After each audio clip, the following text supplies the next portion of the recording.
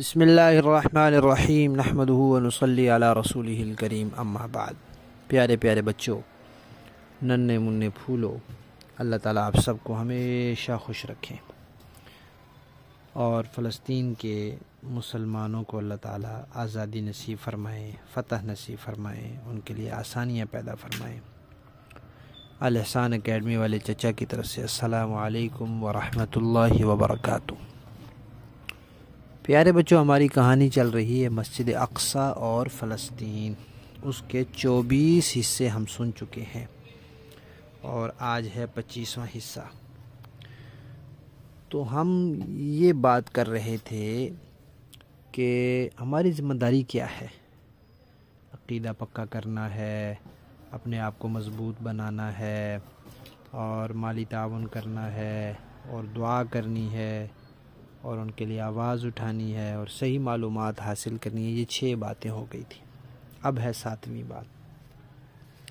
7ویں بات یہ ہے پیارے بچوں کہ اسرائیل جو ہے وہ بہت سی چیزیں بناتا ہے، اس کی کمپنیاں ہیں، وہ بہت سی چیزیں بناتی ہیں، پھر وہ چیزیں پوری دنیا میں وہ بیچتے ہیں، فروخت کرتے ہیں۔ ظاہر بات ہے، جب کوئی چیز بیچتے ہیں تو اس سے ان کو فائدہ ہوتا ہے، نفع ہوتا ہے، تو یہ جو ان کا فائدہ ہے اس سے ان کا ملک مضبوط ہوتا ہے۔ پھر اسی پیسے سے وہ اسلحہ بناتے ہیں، اسی پیسے سے وہ اپنے ملک کے دوسرے کام کرتے ہیں، فوجیوں کو تنخواہیں دیتے ہیں، سرکاری کام کرتے ہیں، تو ملک میں پیسہ بڑھتا ہے، اسلحہ خریدتے ہیں، اسلحہ بناتے ہیں اور وہ پھر مسلمانوں پہ چلاتے ہیں۔ وہ فوجی بھرتی کرتے ہیں، ان کے اوپر پیسہ خرچ کرتے ہیں، ان کو تنخواہیں دیتے ہیں، وہ فوجی پھر مسلمانوں کو مارتے ہیں۔ تو اس طرح جو لوگ اسرائیل کی اور ان کی کمپنیوں کی بنائی ہوئی چیزیں خریدتے ہیں، ان کا پیسہ بھی اس طرح درمیان سے پہنچتا وہاں پہنچ جاتا ہے اور ان فوجیوں کی تنخواہوں میں اور ان اسلحہ بنانے میں اور مسلمانوں کو مارنے میں وہ لوگ بھی بالآخر واسطہ کرتے کرتے شامل ہو جاتے ہیں۔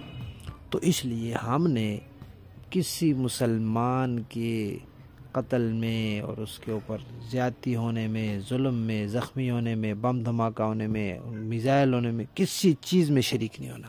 اس کا طریقہ یہ ہے کہ ہم اسرائیل اور اس کی کمپنیوں کی ساری چیزیں خریدنا چھوڑ دیں، کوئی ایک چیز بھی ہم ان کی نہ خریدیں، کبھی بھی نہ خریدیں، ساری زندگی نہ خریدیں۔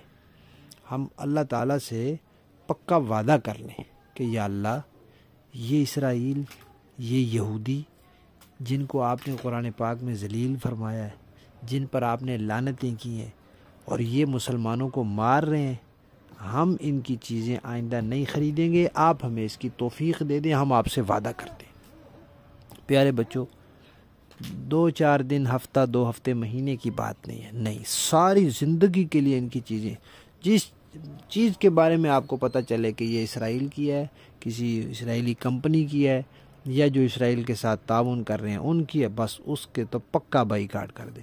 وہ پیٹرول پمپ ہو ان کا تب، وہ ان کی بوتل ہو تب، وہ ان کی چاکلیٹ ہو تب، وہ ان کے برگر ہوں تب، جو چیز ان کی ہے بس اس پہ تو تھوک بھی پھینکے کہ یہ تو کھانے کے قابل ہی نہیں ہے، یہ تو مسلمانوں کے قتل میں اور ان کے اوپر ظلم میں شریک ہونے والی بات ہے۔ ٹھیک ہے، یہ 7واں کام ہے۔